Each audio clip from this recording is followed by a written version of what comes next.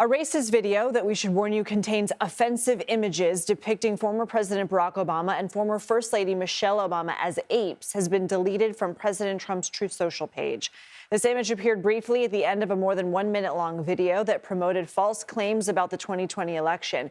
The clip showed the Obama's head superimposed onto the bodies of primates while a song played. The post sparked immediate backlash from those on both sides of the aisle, including the president's own supporters. Before the video was deleted, Senator Tim Scott, who heads the National Republican Senatorial Committee and campaigned for President Trump, posted on X saying, quote, praying it was fake because it's the most racist thing I've seen out of this White House. The president should remove it. CBS News White House reporter Aaron Navarro is following all of this. What is the White House saying about the post? Lindsay, I'll start with the original statement we got from Press Secretary Caroline Leavitt, who said this morning that clip is from a fuller meme video depicting Trump as the king of the jungle and Democrats as Lion King characters. She goes on to say in her statement, quote, please stop the fake outrage. Since then, Republicans and Democrats on Capitol Hill have been outraged and widely panned the video and called for it to be taken down. The video was taken down in the early afternoon, and the White House is now saying that it was a staffer who erroneously reposted that video. A source says the White House also relayed to the team of Republican Congressman Byron Donalds, a Trump ally, who called about the post, that the staffer had, quote, let the president down. Now, President Trump himself has not posted about any of this since the blowback began, instead talking about the Dow hitting a record high and his Trump RX program. And we do not know who that staffer in the White House was, but we know it's a small number of people that have access to the president's Truth Social account itself, including his Deputy Chief of Staff, Dan Scavino, and his assistant, Natalie Harp.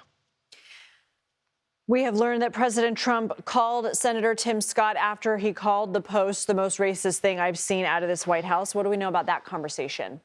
Yeah, Scott was one of the first to call out the post and the imagery of the Obamas. We learned that Trump personally called the senator after that post and told him that it was a staffer's mistake and would be taken down, which happened shortly after that call between the two men happened.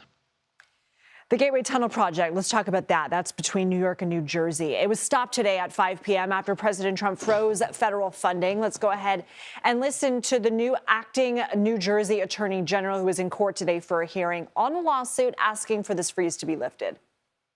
The federal government is just completely acting unlawfully here, and that there's no reason for this, and that the thousands of jobs and the project and the money that has already gone forward should continue rather than having those folks lose their jobs. Why did the president freeze funds, and what will it take to unfreeze them?